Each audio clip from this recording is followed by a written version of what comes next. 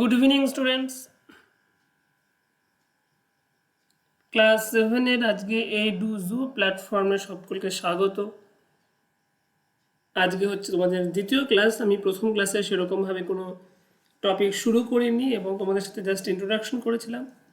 ইন্ট্রোডাকশনটা basically ভুল হবে, কারণ শুধু আমার ব্যাপারে কথা বলেছিলাম, তোমাদেরকে আমি এখনও চিনি না, বিকজ এখনও ক্লাসটা আমাকে রেকর্ডিং নিতে হচ্ছে। তো যাই হোক, আমাদের তো পড়াশোনাটা থেমে থাকলে অবশ্যই হবে না, কারণ সময় চলছে, আমাদের পড়াশোনাটাকেও আমাদের এই স্টাডিটাকেও কিন্তু এগিয়ে নিয়ে যেতে হবে, না হলে নিজেদেরই লস। যখন আমরা লাইভ ক্লাস করব তখন অবশ্যই পড়ানোর সিস্টেমটা আলাদা রকম হবে, তখন আমরা আরও ভালোভাবে ইন্টারাক্ট করব এবং তোমাদের প্রত্যেকটা জিনিস ধরে ধরে বোঝাবো। কিন্তু আজ আমরা যতটুকু পারছি তোমাদের জন্য, যেহেতু তোমরা এই প্ল্যাটফর্মে এসে পৌঁছাওনি অনেকে, সেজন্য এখানে আমি স্লাইড তৈরি করে তোমাদের ফার্স্টে দেখাচ্ছি। এবং বেসিক্যালি তোমাদের এটা বই, আমি ফার্স্টে ভেবেছিলাম এটা প্রেজেন্টেশন তৈরি করার জন্য, যেটা আমি লিটারেলি করবো বা করছি আদার্স ক্লাসের জন্য। বাট তোমাদের বইটা এত সুন্দর করে প্রেজেন্ট করা রয়েছে যে আলাদা করে স্লাইড তৈরি করে খুব একটা লাভবান তুমিও হতে না বা আমিও, এর থেকে বেটার স্লাইড খুব একটা বেটার আমি তৈরি করতে পারতাম না, রাইট? তোমাদেরকে আগেই বলে দিয়েছিলাম, আগে যখন ফার্স্ট ক্লাস তোমাদের নিয়েছিলাম, যে আমি তোমাদের এই পরিবেশ ও বিজ্ঞান চ্যাপ্টারটা পড়াবো, এবং পরিবেশ ও বিজ্ঞান সম্পর্কে তোমাদের যে ফার্স্ট ইন্ট্রোডাকশনটা সেটা কিন্তু বলেছিলাম, এবং তার সাথে বলেছিলাম যে কিভাবে পড়াটাকে কন্টিনিউ করবে, শুধুমাত্র একটা ক্লাস নয়, মানে শুধুমাত্র ক্লাস 7-এর জন্য নয়, তুমি মানে তোমার গোটা মানে টিচিং কেরিয়ারে তুমি শিখছো বা যখন কাউকে শেখাচ্ছ, এই পুরো প্রসেসটা কী করে করলে বেটার হয়, তার একটা কিছু কথা আগের দিন তোমাদের সাথে শেয়ার করেছিলাম। এবং তার সাথে আরেকটা কথা আজকে বলছি, যে তোমরা পড়ছো, তো এই পড়ার সাথে সাথে একটা ছোট্ট খাতা করবে, বিশেষ করে ফিজিক্যাল সায়েন্সের জন্য, যে একটা ছোট্ট খাতা করবে। সেই ছোট্ট খাতার মধ্যে তোমরা যত সূত্র পাবে, লস পাবে, বেসিক কিছু ফান্ডামেন্টাল রুলসগুলো যেগুলো হয়, সেগুলো কিন্তু ওই খাতায় লিখতে শুরু করে দিবে। কারণ তোমরা যখন ছোটো ছোটো অঙ্ক করবে, প্রবলেম করবে বা বড় ক্লাসে উঠবে, এই ছোট্ট জিনিসগুলো কিন্তু খুব ইম্পর্ট্যান্ট হয়ে দাঁড়ায়, রাইট? এবার তখন কিন্তু এই ছোট্ট জিনিসগুলো যদি মাথা থেকে বেরিয়ে যায় বা ওই মুমেন্টে যদি না মনে পড়ে, তাহলে কিন্তু সে বড় বড় ক্যালকুলেশন বা বড় বড় জিনিসগুলোকে তুমি ভাবতে পারবে না। সো তখনকার কথা মাথায় রেখে বা তোমার নিজের জন্য কিন্তু একটা ছোট্ট খাতা রেডি করতে থাকো। আমি বেসিক্যালি বলে দেবো যে কোনগুলো ওই খাতায় লিখবে। বেসিক্যালি যেগুলো ছোটো ছোটো রুলস হয়, বা ধরো কিছুর মাত্রা, কিছুর একক। যেমন আজকে যদি তোমাদের আমি তাপ পড়াই, তাহলে তাপের মাত্রা কি, তাপের একক কি, এটা জিনিসটা একটু ছোট্ট করে পাশে লিখে রাখলে, বা তাপ বলতে কি বোঝায়, মানে ডেফিনেশনটুকু জাস্ট সে কথাটি তুমি পাশে কিন্তু লিখে রাখলে, মানে একটা ছোট্ট খাতা করবে বেসিক্যালি। সেটা আমি বলতে থাকবো, মানে আমার টিচিং প্রসেসটা এরকম, শুধুমাত্র পড়ানোটা নয়, শুধুমাত্র বইয়ের ফলো করে তোমাদের পড়িয়ে যাব। অবশ্যই তোমাদের যে টার্গেট, যেটা মার্কস, ভালো মার্কস, 90% অ্যাভাব মার্কস বা হায়েস্ট মার্কস যে টার্গেটটা থাকে, অবশ্যই সেটা ফুলফিল হবে। কিন্তু আমার যে টার্গেট, আমার টার্গেট তোমাদেরকে একটা ভালো পথ দেখানো, এই ফিজিক্যাল সায়েন্স নিয়ে বা এই সায়েন্স সাবজেক্টটা নিয়ে তোমাদের ইন্টারেস্ট জাগানো, এবং তোমরা যাতে এই সাবজেক্টটা নিয়ে খুব মানে ইজিলি এবং পারফেক্ট স্টেপ বাই স্টেপ যাতে তোমরা উপরে উঠতে পারো, সেই বিষয়টা কিন্তু গাইড করাও আমার একটা ডিউটি। সো ঠিক আছে, আজকে সেকেন্ড ক্লাস রেকর্ডিং করছি যেটা, আর আগের দিন অনেকগুলো কথা বলেছি, সেগুলো আমার ফার্স্ট ক্লাস থেকে তোমরা শুনে নেবে। আজকে আমি পড়াবো হচ্ছে আমাদের ফার্স্ট চ্যাপ্টার, ভৌত পরিবেশের তাপ। তোমরা এর মধ্যে কিন্তু ভৌত পরিবেশ কাকে বলে সেগুলো জেনে গেছো। ভৌত পরিবেশ কি? দেখো, তুমি এখন যেখানে রয়েছো তার আশেপাশে যে জিনিসগুলো রয়েছে, ধরো তুমি এখন ঘরে বসে ফোন হাতে নিয়ে আমার ক্লাস করছো। এবার তুমি ঘরে, তোমার চেয়ার রয়েছে, টেবিল রয়েছে, বই খাতা রয়েছে, জামা কাপড় রয়েছে, বা আদার্স যা যা জিনিসপত্র রয়েছে, সেই সবই কিন্তু তোমার সেই মুহূর্তের ভৌত পরিবেশ, রাইট? এবার তুমি বাড়ি থেকে বেরোলে, ঘর থেকে বেরিয়ে তুমি মাঠে গেলে, তাহলে কি থাকবে? নিশ্চয়ই মাঠের মধ্যে জামা কাপড়, বই, চেয়ার টেবিল থাকবে না। সেখানে থাকবে আকাশ, গাছ, মাটি, ঘাস, গাছপালা, পশু পাখি, আরও কয়েকজন মানুষ, রাইট, গাড়ি ঘোড়া থাকতে পারে। তাহলে তোমার সেই রেসপেক্টে, মানে তুমি যখন মাঠে আছো তাহলে সেই রেসপেক্টে সেই যে তোমার চারপাশটা সেটা কিন্তু তোমার ভৌত পরিবেশ। এবার আমরা ভৌত পরিবেশে কিছু ইনসিডেন্ট নিয়ে, কিছু মোমেন্টসগুলো নিয়ে বা কিছু তার মধ্যে কিছু ম্যাটেরিয়ালগুলো নিয়ে কিন্তু আমাদের এই বিজ্ঞানের ক্লাস 7-এর বিজ্ঞানের পথ চলা। বেসিক্যালি আমরা কিন্তু মানে সায়েন্স পড়াটা শুরুই হয় পরিবেশকে নিয়ে, এবং পরিবেশের সাথে যা ঘটে, প্রতিনিয়ত যা ঘটছে আমাদের পরিবেশের সাথে, সেগুলোকেই জাজমেন্ট করা বা এক্সপেরিমেন্ট করা এবং তার পেছনে লজিক খুঁজে বের করাই কিন্তু আমাদের এই যে বিজ্ঞান, আমাদের যে সায়েন্স পড়ার মেইন উদ্দেশ্য, রাইট। আমরা সায়েন্স পড়াটা শুরু হলো কোত্থেকে? ধরো তুমি আজকে কোনো একটা কাজ করছো বা আমাদের পরিবেশের, আমাদের সাথে বা আমাদের চারপাশে কোনো একটা ইনসিডেন্ট ঘটছে। এবার তুমি সেই মুহূর্ত থেকে তুমি ভাবতে শুরু করলে যে কেন এই ইনসিডেন্টটি ঘটছে। যেমন তোমাদের একটা সুন্দর উদাহরণ দিই, ধরো যে একটা ধরো আইজ্যাক নিউটনের যে ঘটনাটি, সে তো একটা পরিবেশের মধ্যেই বসেছিল, রাইট। একটা বাগানে বসেছিল যেখানে চারদিকে গাছপালা ছিল, আপেল গাছ ছিল, সেই আপেল গাছে আপেল ধরেছিল। এবার একটা সাধারণ পরিবেশের একটা সাধারণ ঘটনা ঘটলো যে আহ, আপেল ফল পেকে গেলে যেমন ফলগুলো পড়ে তেমনি আপেলটা নিচে পড়ে গেল। এটা সাধারণ ঘটনা, কিন্তু এই সাধারণ ঘটনা তখনই অসাধারণ একটা সায়েন্সের জন্ম দিল যখন সেখান থেকে একটা প্রশ্ন করা হলো যে কেন আপেলটি নিচে পড়লো, রাইট। তারপরে যা হয়েছিল তোমরা প্রত্যেকে জানো, বা আগামী দিনে মানে এই যে আমরা যে বিজ্ঞান জানি, এই জানাটা কিন্তু কিছুই না, মানে ইভেন যে হায়েস্ট পজিশনে এই বিজ্ঞানটা জেনে বসে রয়েছেন, সে যদি বলি যে আইনস্টাইন কতটা জানতেন, স্টিফেন হকিন্স কতটা জানতেন, রাইট, তারাও কিন্তু বলতে পারো যে তারা এই বিশাল ইউনিভার্সের 0.9%ও তারা জানতেন না। সো আমরা কিছুই জানি না। আর একটা বেসিক কথা হচ্ছে মানে আমরা এখনো পর্যন্ত এটাই জানি না যে সঠিক প্রশ্নটা কী, রাইট। আমরা যেটুকু জানছি বা যেটুকু জানার চেষ্টা করছি খুবই সামান্যতম জানছি। এবার আমরা তার মধ্যে যেটুকু পড়ছি আরও সামান্য পড়ছি। সো ওই সামান্যতর জিনিসগুলো কিন্তু আমাদের খুব খুঁটিয়ে খুঁটিয়ে পড়লে আমরা হয়তো ভবিষ্যতে এর থেকে বেটার কিছু আমাদের মাথায় স্ট্রাইক করতে পারে। কারণ কোশ্চেন জিজ্ঞাসা করাটার জন্য, মানে কিছুটা কোশ্চেন মাথায় স্ট্রাইক করার জন্য খুব একটা পড়াশোনা, মানে একটা খুব মানে মাথায় অ্যাক্টিভনেস দরকার হয় তোমার মাইন্ডে, রাইট।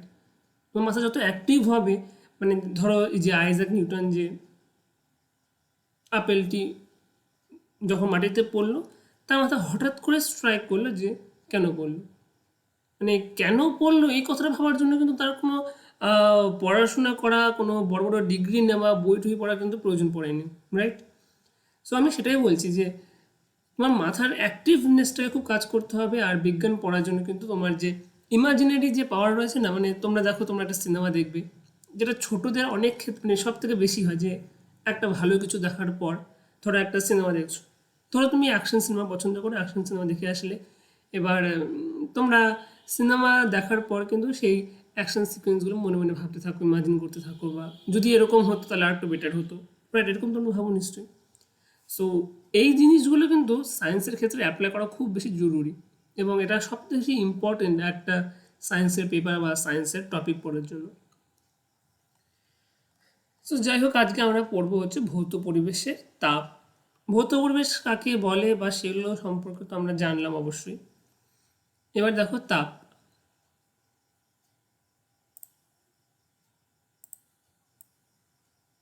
তাপ কাকে বলছে?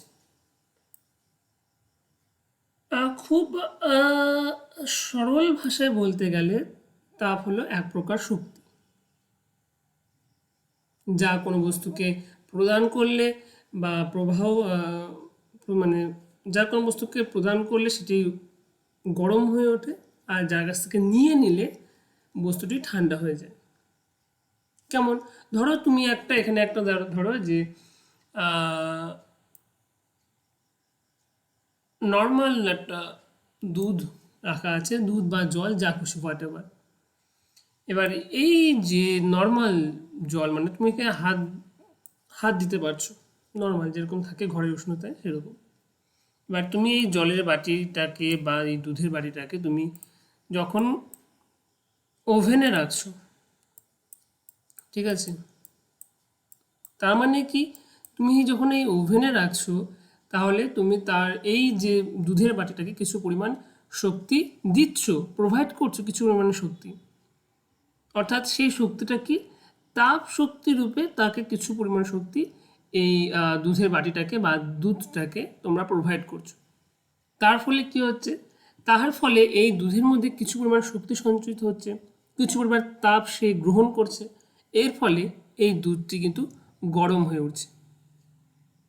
তোমরা দেখবে যখন তোমাদের বাড়িতে তোমাদের মা বা দিদি বা যারা রয়েছেন যখন কিছু গরম করে, দেখবে যে তুমি কিন্তু সেটাকে স্পর্শ করতে পারবে না, কারণ তার মধ্যে তখন একটা হিট, একটা গরম হিট জেনারেট হয়ে রয়েছে।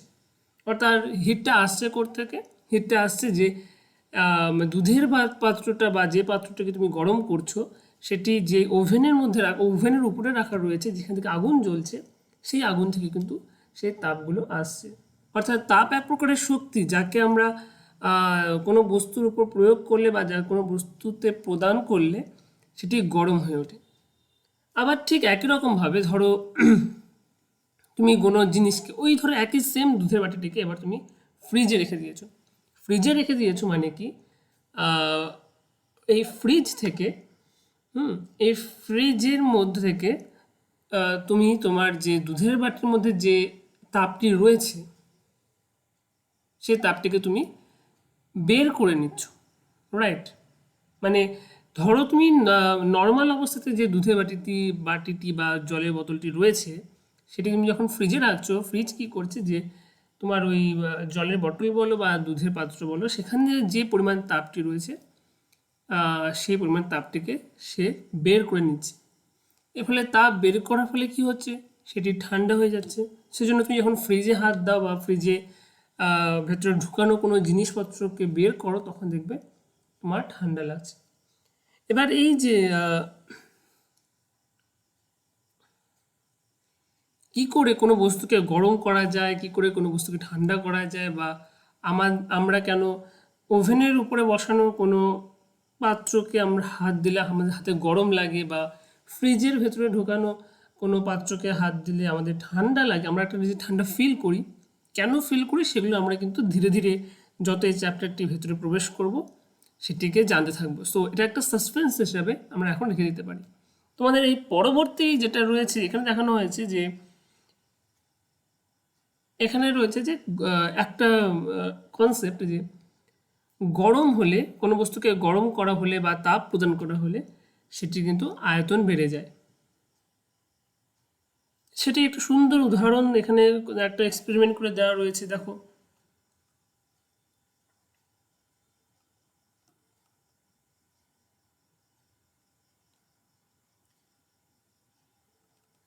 এখানে কি করা হয়েছে দেখো এবার।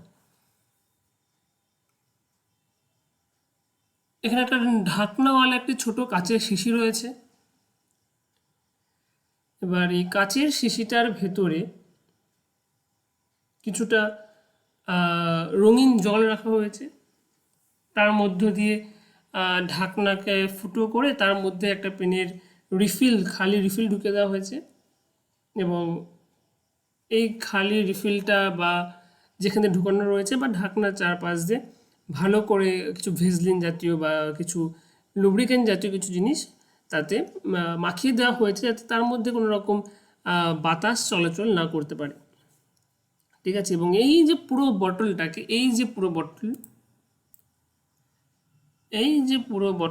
এই বোতলটাকে একটি গরম জল বা জল গরম হচ্ছে এরকম একটা পাত্রের মধ্যে ঢুকে দেওয়া হলো, ঠিক এইভাবে।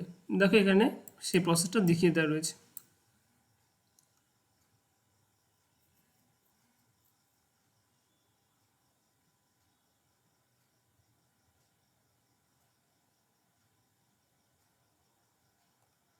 এবার দেখবে যে জলটি তুমি এবার মানে জলটি এই পাত্রটি কিন্তু যে এখানে যে পাত্রটি রয়েছে এই পাত্রটি কিন্তু গরম হচ্ছে, রাইট? এবার দেখবে যে 5 মিনিট পর তুমি এবার মেজারমেন্ট করছো যে পাত্রটি কি হচ্ছে। দেখবে যে এই পাত্রটি 5 মিনিট পর এই রিফিলটা ফার্স্টে তুমি যখন জাস্ট জলে ডুবালে তখন কিন্তু এই রিফিলের মধ্যে জল আর এই পাত্রের মধ্যে জলটা কিন্তু একটা সেম লেভেলে ছিল, যেমনটা এই ডায়াগ্রামে বা এই শিশিরে তোমরা দেখতে পাচ্ছ। কিন্তু তুমি যখন 5 মিনিট জলে গরম করার পর তুমি যখন সেটাকে আবার দেখতে গেছো, তুমি দেখবে যে এই যে লাল রঙের যে জলের লেভেলটা সেটা কিন্তু অনেকখানি উঠে গেছে। আবার ধরো তুমি 10 মিনিট পর সেটাকে চেক করছো, রাইট? তখন দেখবে যে সেটা কিন্তু আরও উপরে উঠে গেছে। সো এর কারণটা কি? তুমি যখন একটা শিশিকে গরম করছো, জলভর্তি শিশিকে, তুমি দেখছো যে 5 মিনিট পর তার লেভেল বেড়ে যাচ্ছে, 10 মিনিট পর আবার রিফিলের মধ্যে থাকা জলের লেভেলটি বেড়ে যাচ্ছে। তার কারণটা কি? তার কারণ একটাই, আমরা এখান থেকে এই জিনিসটাই বুঝতে পারছি যে কোনো বস্তুকে তাপ দিলে তার আয়তন বেড়ে যায়। এবার তোমাদের মধ্যে এখানে অনেক প্রশ্ন রয়েছে যে কেন রঙিন জল ইউজ করলাম বা কেন এই একটা সরু নল ইউজ করলাম। আমরা তো এই জলের লেভেলও তো বাড়ার কথা, রাইট? মানে আমরা যে জলের মধ্যে এই পুরো সিস্টেমটাকে চুবিয়েছি, ধর এই যে এই জলের লেভেলটাও তো লেভেল বাড়ার কথা, তাই না? এইসব প্রশ্ন নিশ্চয়ই তোমাদের মাথার মধ্যে আসছে। এইসব প্রশ্নের আমি প্রত্যেকটা আলাদা আলাদা করে উত্তর দিচ্ছি। 1 নম্বর প্রশ্ন যে কেন এই শিশিটার ভেতরে, মানে ভেতরে যে শিশিটার দিকে আমরা চোখ রাখছি সেই শিশিটার ভেতরে আমরা রঙিন জল ইউজ করছি। যদি রঙিন জল না ইউজ করতাম তাহলে কিন্তু আমরা যে পাত্রের মধ্যে ঢুকে তাকে গরম করছি আর আমরা যাকে দেখছি, যার উপর এক্সপেরিমেন্ট করছি, সে দুটো উপাদান বা জলের রং বা দেখতে কিন্তু একই রকম হয়ে যেত। সেজন্য আমাদের এক্সপেরিমেন্ট করতে অসুবিধা হতো। কারণ দেখো এই যে ভেতরের যে জলটি রয়েছে সেই জলের লেভেল এতখানি, সেই জন্য আমরা ততক্ষণ পর্যন্ত জলের লেভেল বুঝতেই পারতাম না যতক্ষণ পর্যন্ত এই রিফিলের জলের লেভেল এই লেভেলটাকে ক্রস করে যাচ্ছে, রাইট? সেই জন্য আমরা এর ভেতরে পার্থক্যটাকে বুঝতে, দুটো যে তরল আলাদা এই পার্থক্যটাকে বুঝতে বা আমরা ভালোভাবে দেখতে জিনিসটাকে, সেজন্য আমরা রিফিলের ভেতরে আলাদা রঙের একটি তরল ইউজ করেছি। এবার হচ্ছে দ্বিতীয় প্রশ্ন যে আমরা কেন সরু নলটা ইউজ করলাম। আমরা তো এই জলটাকে গরম করছি, রাইট? এই জলটাকে গরম করছি, বেসিক্যালি এই জলকে গরম করছি বলে এই জলটি গরম হচ্ছে এবং তার ফলে এই রঙিন জলটির আয়তন বাড়ছে। সো বেসিক্যালি ফার্স্ট হতে এই জলটিও যে এই যে 1 নম্বর জলটি, নীল রঙের জলটি, এই জলটিও গরম হচ্ছে, রাইট? এই জলটিও গরম হচ্ছে এবং এর সাথে এই জলটিরও আয়তন কিন্তু বাড়ছে। কিন্তু যেহেতু এর যে প্রস্থচ্ছেদ, এই যে আমি যে পাত্রে এই জলটাকে রেখেছি এর যেহেতু প্রস্থচ্ছেদ বড় এবং তার ফলে আয়তনও বড়, সের জন্য এর যে কতখানি লেভেল বৃদ্ধি হচ্ছে, এই জলের যে কতখানি লেভেল বৃদ্ধি হচ্ছে সেটা কিন্তু আমরা বুঝতে পারছি না। কিন্তু যেহেতু আমরা ভেতরে যে রঙিন জলটি নিয়েছি এবং সেখানে একটি সরু নল ইউজ করেছি, রাইট? এই সরু নলের যেহেতু ভলিউম কম, মানে আকার আয়তন কম, সেহেতু এই নলের ভেতরে জলের আয়তন অল্প একটু বৃদ্ধি পেলেই আমরা কিন্তু এই নলের ভেতরের যে জলের লেয়ারটা সেটা কিন্তু অনেক দূর উঁচুতে দেখতে পাবো। তার কারণ একটাই যে এই সরু নলের ভেতরে যে জলের আয়তন, মানে এই সরু নলের যে আয়তনটি সেটি কম, সেই জন্য এর ভেতরে যদি জলের আয়তনটা বেড়ে যায় তার ফলে এই নলের অনেকটা উঁচু অংশ পর্যন্ত কিন্তু আমরা বৃদ্ধিটাকে ভালোভাবে বুঝতে পারবো। ব্যাপারটা ক্লিয়ার হলো? সেজন্যই এখানে ফার্স্টে আমি বললাম যে কেন রঙিন জল ইউজ করা হয়েছে এবং সেকেন্ডে আমি বললাম যে কেন এখানে সরু নলকে দেখে আমরা এক্সপেরিমেন্টটা করছি। তাহলে আমরা এই এক্সপেরিমেন্ট দেখে কি বুঝলাম? আমরা এক্সপেরিমেন্ট দেখে এটাই বুঝলাম যে কোনো তরলকে, শুধু তরল না, যে কোনো পদার্থকে বা ভৌত পদার্থকে তোমরা যদি কিছু পরিমাণ তাপ দাও, তাহলে সেই পদার্থটি আয়তনে বেড়ে যায়। আমরা এই এক্সপেরিমেন্ট দেখে এটাই বুঝলাম। যদিও আমরা এখানে জল নিয়ে এক্সপেরিমেন্ট করছি, সেই জলের ক্ষেত্রে একটা ব্যতিক্রম রয়েছে। কীরকম ব্যতিক্রম তোমরা এটা পড়বে, ক্লাস 9 মনে হয় রয়েছে, যে এরকম একটা ডায়াগ্রাম রয়েছে, ঠিক আছে। ধরো তুমি একটা জল রাখা রয়েছে, 1 লিটারের একটা জল মনে করো এখান থেকে স্টার্ট হয়েছে, এবং তুমি এখানে ধীরে ধীরে টেম্পারেচার বাড়াচ্ছ। মনে করো এটা 0 ডিগ্রি সেন্টিগ্রেড, 1, 2, 3, 4, 5, 6, মানে এটা হচ্ছে টেম্পারেচারের ডায়াগ্রাম। আর এদিকে হচ্ছে তোমার কত পরিমাণ আয়তন, ভলিউম। ধরো তুমি এক্সপেরিমেন্টটা শুরু করেছো হচ্ছে 0 ডিগ্রি সেন্টিগ্রেডে রাখা, ধরো 1 লিটারে কিছু বেশি পরিমাণ জল নিই, ধরো 1.001 সিসি জল, হোয়াট এভার। আর এখানে মনে করো যে পুরোপুরি 1 লিটার রয়েছে, বা তারপরে 1.002। বুঝতে পারছো তো ব্যাপারটি? মানে এটা ওয়াই অ্যাক্সিস, এক্স অ্যাক্সিস, মানে যত উপরের দিকে উঠবে তত বাড়তে থাকবে, আর এদিকে যত ডান দিকে যাবে তত এইদিকে সংখ্যাটি বাড়তে থাকবে।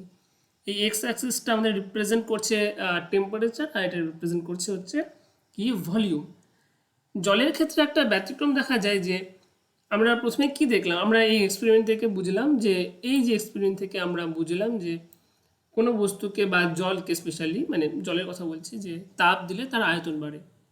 সেই জন্য তোমাকে যদি বলা হয় যে এখানে আমি 0 ডিগ্রি সেন্টিগ্রেডে রাখা জলকে যদি আমি ক্রমশ হিট দিই, অর্থাৎ তার temperature 1 degree, 2 degree, 3 degree, 4 degree, 5 degree centigrade করে বাড়াই, তাহলে গ্রাফটা কীরকম হবে? তোমরা এই এক্সপেরিমেন্ট দেখে বলবে যে গ্রাফটা অবশ্যই ইনক্রিজিং হবে, এভাবে উঠবে, এভাবে উঠবে। কিন্তু এটা হয় না, এটা হয় না। কী হয় জলের ক্ষেত্রে? একে বলা হয় জলের ব্যতিক্রম প্রসারণ। যে ফার্স্টে 4 ডিগ্রি সেন্টিগ্রেড পর্যন্ত এই জলের উষ্ণতাটা, মানে 4 ডিগ্রি সেন্টিগ্রেড পর্যন্ত এই জলের উষ্ণতাটা, মানে জলের আয়তনটা কমতে থাকে। মানে তুমি ধরো এই 0 ডিগ্রি সেন্টিগ্রেড থেকে তাকে 1 ডিগ্রি সেন্টিগ্রেডে নিয়ে গেলে, তার আয়তন কমতে থাকলো। কিন্তু আমরা এই এক্সপেরিমেন্ট থেকে কি দেখছিলাম, যে টেম্পারেচার বাড়ার সাথে সাথে কোনো বস্তুকে উত্তপ্ত করলে তার কিন্তু আয়তন বাড়ে। কিন্তু এখানে আমরা দেখলাম যে 0 ডিগ্রি সেন্টিগ্রেড থেকে 1, 1 থেকে 2, 2 থেকে 3, 3 থেকে 4 নিয়ে গেলাম, জলের আয়তন কিন্তু আস্তে আস্তে কমতে থাকলো।